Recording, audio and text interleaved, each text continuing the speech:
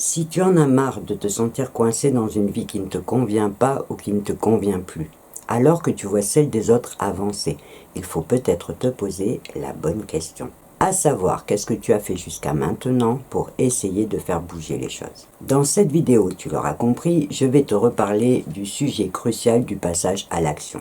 Mais cette fois, je ne vais pas te parler du côté technique de la chose, mais plutôt de l'approche mentale.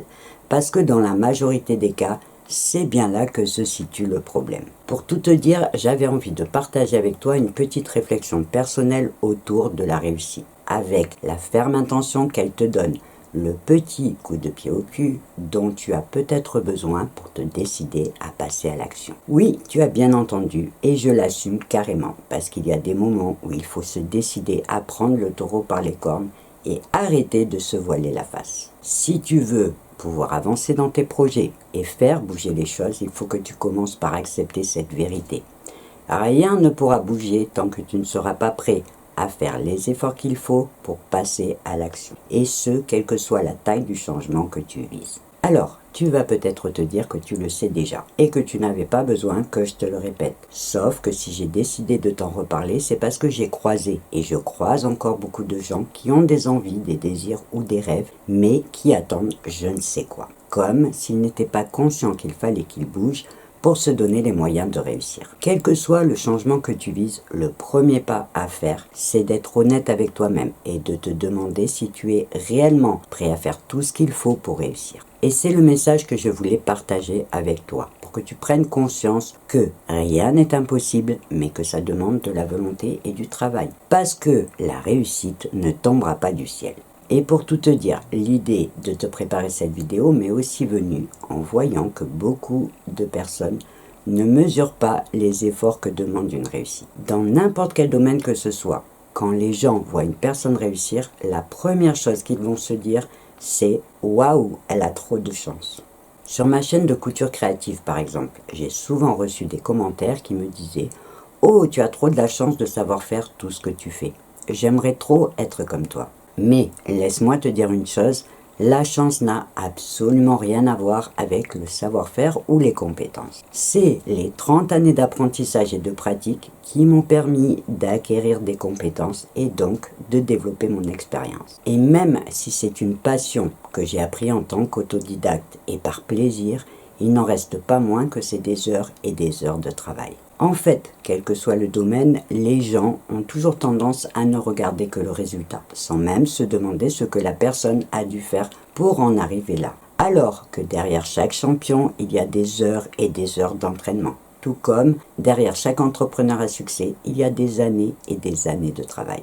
Je vais donc commencer par revenir sur cette notion de chance. Parce que comme je te le disais, beaucoup de gens pensent que ceux qui réussissent ont eu de la chance. Alors que comme je te le disais aussi, ce qu'ils appellent la chance, c'est avant tout des heures et des heures de travail. Si on reprend mon expérience en couture, j'ai passé des milliers d'heures à coudre, à tester, à essayer, à me tromper et à recommencer. Chaque essai raté m'a appris quelque chose de nouveau et m'a donc fait progresser. Alors, certains te diront qu'on attire la chance en travaillant, alors que d'autres te diront tout simplement que le travail finit toujours par payer. Quoi qu'il en soit, la notion de chance peut toujours intervenir dans un projet, que ce soit par les rencontres ou par le fait de te retrouver au bon endroit au bon moment. Mais je pense que dans un certain sens, il faut toujours la mériter. C'est en te donnant à fond et en persévérant que tu vas toujours te créer les plus belles opportunités.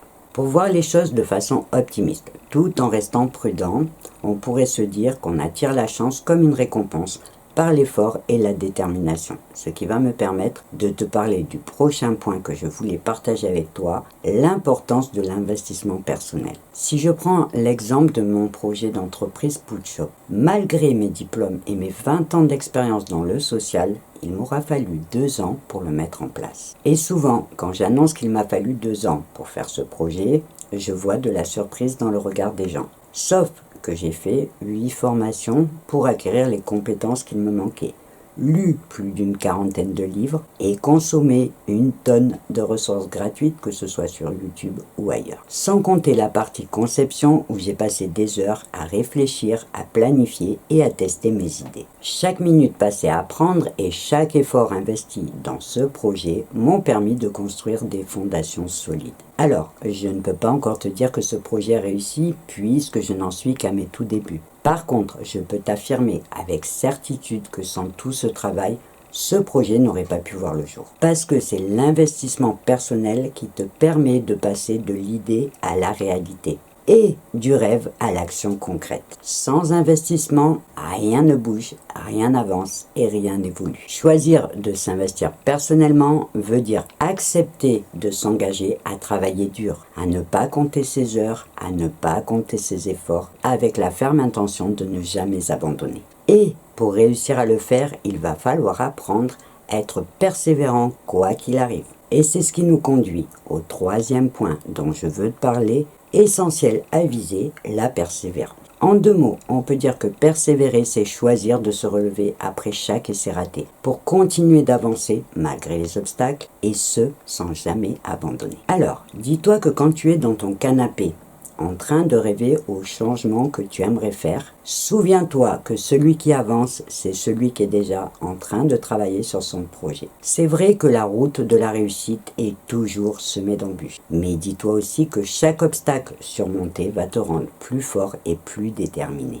Parce qu'au final, c'est ta persévérance qui va transformer tes essais ratés en expérience et ton expérience en réussite. Et c'est donc en continuant d'avancer malgré les difficultés que tu atteindras tes objectifs. Si j'ai décidé de partager cette réflexion avec toi, c'est évidemment pas pour te décourager, mais bien au contraire pour te prévenir des difficultés que tu rencontreras sur ton chemin, ce qui t'évitera l'effet de surprise qui pourrait te mettre dans une position très inconfortable. Sans compter que même si je ne t'en parle pas dans cette vidéo, tu pourras bien sûr t'appuyer sur des méthodes et des techniques pour préparer ton projet, ce qui te permettra de réduire les difficultés et surtout d'apprendre à transformer chaque obstacle en défi. Et pour te prouver que, comme je te le disais, on a souvent tendance à ne voir que la réussite des gens en oubliant par où ils sont passés, je me suis dit que rien ne vaudrait des exemples célèbres pour finir de te convaincre. J'aurais pu reprendre l'histoire de J.K. Rowling, qui est un bel exemple de succès et de persévérance. Mais comme je t'en ai déjà parlé dans ma vidéo sur comment dépasser la peur de l'échec, pour celle-ci, j'ai choisi 3 nouveaux exemples. À commencer par l'histoire du célèbre Steven Spielberg, qui a été rejeté plusieurs fois par l'école du cinéma de l'Université de Caroline du Sud. Aujourd'hui, il est l'un des réalisateurs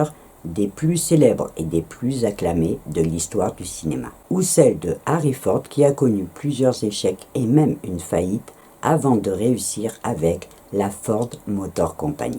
Ou celle du colonel Sanders, le fondateur de KFC qui a connu de nombreux échecs et a ouvert KFC à l'âge de 65 ans grâce à la découverte d'une recette. Voilà, je pense que tu auras compris ce que tu dois faire si tu veux que les choses bougent. Tu dois choisir de passer à l'action, travailler dur et être persévérant pour ne jamais te laisser décourager par les obstacles que tu vas rencontrer et surtout pour ne jamais abandonner. Dis-toi que toutes les réussites que tu vois ont demandé des heures de travail, de résilience, de persévérance et de détermination. Quelle que soit la taille de ton projet, dis-toi toujours que chaque minute et chaque effort que tu investiras dedans te rapprocheront de tes objectifs. Et que la clé de la réussite réside dans le seul fait de ne jamais abandonner. Voilà, je vais m'arrêter là pour cette vidéo en espérant qu'elle te permettra de bien réaliser que tu es vraiment la seule personne qui peut décider de faire bouger les choses dans ta vie. Et surtout, n'attends pas que les choses te tombent du ciel parce que ça n'arrivera jamais.